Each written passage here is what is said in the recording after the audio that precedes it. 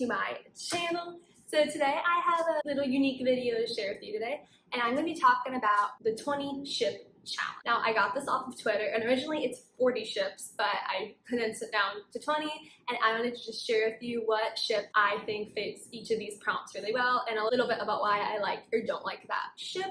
And yeah, I think it'll be super fun, and let's jump right into it. So prompt number 1 is a healthy ship, and the first ship that comes to mind, and I think fits this prompt really well, is Charlotte and Henry from the Infernal Devices.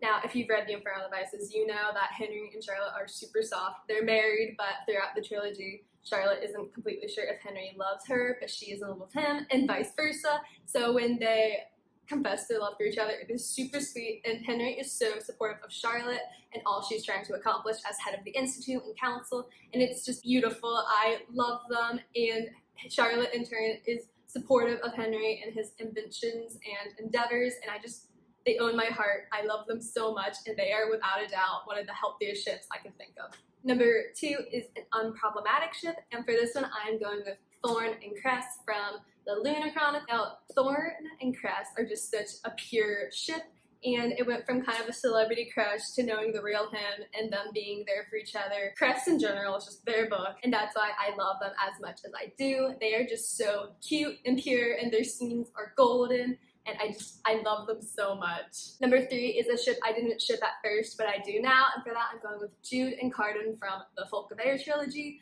Not gonna lie, in The Cruel Prince, I wasn't sure why anyone shipped them. I didn't get on board with the ship until halfway through The Wicked King, when it just sort of fell in place for me, and I realized I like these two together. And then Queen of Nothing, I obviously loved them. But yeah, they were enemies to lovers, and enemies to lovers isn't my favorite, but at some point in The Wicked King, their dynamic just worked really well for me, and I ended up really loving them, and now I do, in fact, love them and ship them, so yeah. Number 4 is a relationship I could envision myself having, and for that, I'm going with Gray and Leah Mara from the Cursebreakers trilogy. Now, I see a lot of myself in Leah Mara, and Gray is one of my absolute favorite book husbands and book crushes, so of course I can envision a relationship like theirs, where they show each other how much they truly do care, and they are super supportive of each other, and they bring out really good versions of themselves and each other. And yeah, Leah Mara is also super book smart, and she has some confidence issues on being a royal and all that, and Gray just reassures her and shows her that her strength lies elsewhere, such as being kind and being smart, and I love them. They're so pure. If you haven't read Cursebreakers yet, go read it. For them, they're so pure. Number 5, a ship everyone else hates but you love, and not gonna lie, the first ship that came to mind is Rumpelstiltskin and Belle from Once Upon a Time. They are so hated on, and I can see where people come from in like season 6, but honestly, Rumpel was very out of character, and the writers did them really dirty, but they are to this day my favorite TV show ship, but that's not the point of this. So for book ships, I'm going with Mal and Alina from Shadow and Bone trilogy. Now, they are overhated. Mal is overhated in general, in my opinion, and honestly, their development, yes, Mal was petty and jealous a little bit in the first 2 books, but in Ruin and Rising, he was willing to die for Alina, and Alina was in love with him throughout all these books. Their childhood best friends to lovers, and in the end, both of them were truly happy with each other, and so it's fine. They may be less popular, but they're canon, so in the end, I won with them, so it's okay. I'm gonna get so much hate for this, but it's fine. Number 6, a ship I don't really talk about, but I love, and for that, I'm going with Nate and Bronwyn from One of Us is Lying. These two are so pure, and in 2017, I was absolutely obsessed with them. I didn't read that many bad boy, smart girl ship duos, so when I read them, I completely fell in love. And Nate is not as bad as he seems, and Bronwyn brings that side out of him, and it's just, read One of Us is Lying for them, honestly, like, you won't regret it. Number 7 is a ship with a sad ending, and Odessa, Finnick, and Annie from Hunger Games. Do I need to say any more? They were done so dirty. They broke my heart. I still cry over them to this day, and we're leaving it at that. Number 8, a dorky ship, and for that, I'm going with Cater, Kai, and Cinder from the Lunar Chronicles.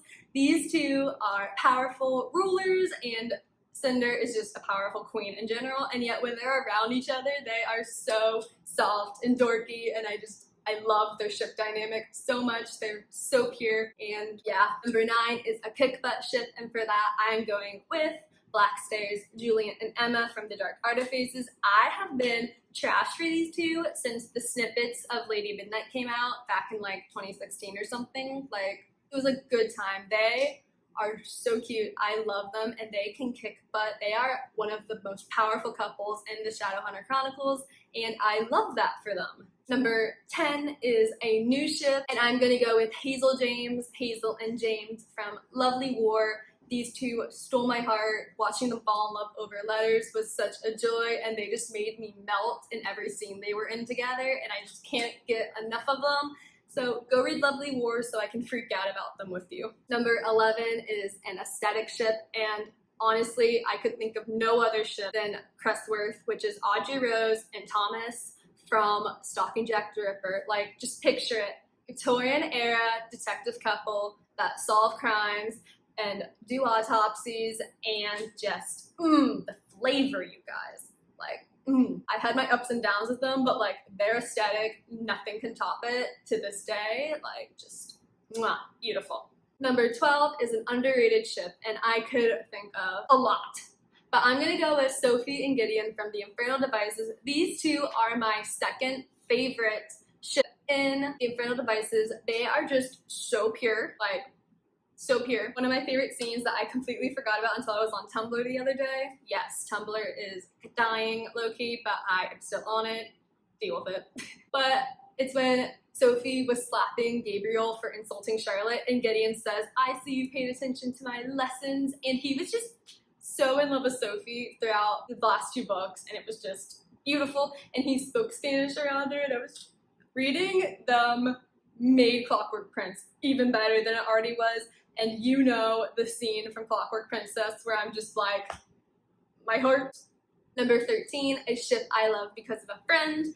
And not really a friend, but just the fandom in general made me ship them. That is Azriel and Elaine from the Court of Thorns and Roses series. Have I read that?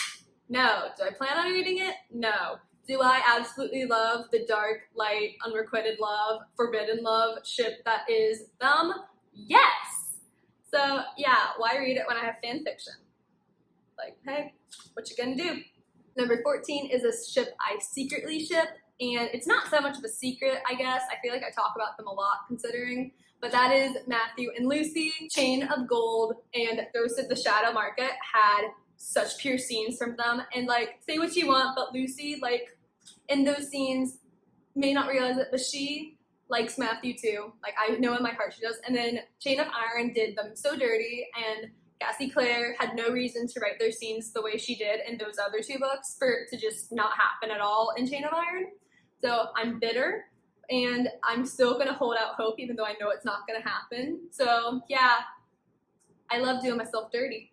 Number 15 is a ship I never thought I would ship, and I'm going with Beatrice and Teddy from American Royals. Now, Catherine McGee did a 180 of all her ships from book 1 to book 2, and in book 1, I absolutely shipped Beatrice and Connor. I didn't think anything of Beatrice and Teddy, but then they had so much development in book 2, and they just captured my heart, and I just forced fake dating to best friends to lovers. It was just beautiful, and they own my heart. I love them. I'm so glad I finally got on board with them.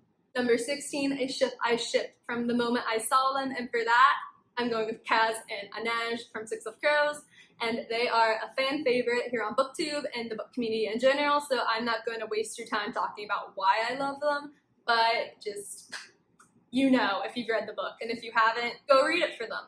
Number 17, a ship with great development, and for that, owners of my heart, Everlark, Katniss, and Peeta from Hunger Games. Like, you go from Katniss not liking Peeta at all, to her relying on Peeta, to her figuring out she's absolutely in love with Peeta, to watching him go through all the crap he went through in Mockingjay, to eventually marrying and having a family with Peeta, and how can you not love Everlark? Like, they make me so soft. Number 18, an old married couple ship, and Percy and Annabeth. If you've read any of the books, if you've even been on Tumblr, or you've seen people talk about this ship, you know they give off old married couple vibes, and I'm not going to explain it any further. Number 19 is a high school romance ship, and for that I'm going with Jamie and Charlotte from the Sherlock Holmes series, in which it is about the ancestors of John Watson and Sherlock Holmes, and these two serve best friends to lovers, partner detectives, and I have not read the last book in the series yet. I still plan on doing that, but I love these two. They serve angst, and it's what I'm here for. And last but not least, number 20, my all-time favorite ship, Jim and Tessa. Who's surprised? No one should be surprised. I am their biggest stan. They own my heart. They're my favorite ship of all time. And I mean, how can they not be? They were so pure infernal devices. Then they loved each other and waited for each other for over a century. Like how? How can you not love them? They own my heart. And if you have read any of the Shadowhunter books of lately, you know they are living their best lives, and I love them. Thank you, Cassie Claire, for doing them right. And that is the 20 ship challenge. And I didn't come up with this at all, but if you decide to do this kind of video as well, I would love to see it. So feel free to let me know about it. I love to hear different takes on prompts about ships. And yeah, this was a slightly chaotic video, I feel like. Hopefully it's not as bad as I think it is, so thanks for sticking around. If any of these prompts call out to you with one of your favorite ships, let me know in the comments below. I would love to hear about it. And if you like this video, please consider hitting the subscribe button. And if you want to see more of me, my social medias are linked below. Until next time, I'm Kay. Thank you so much for watching. Bye!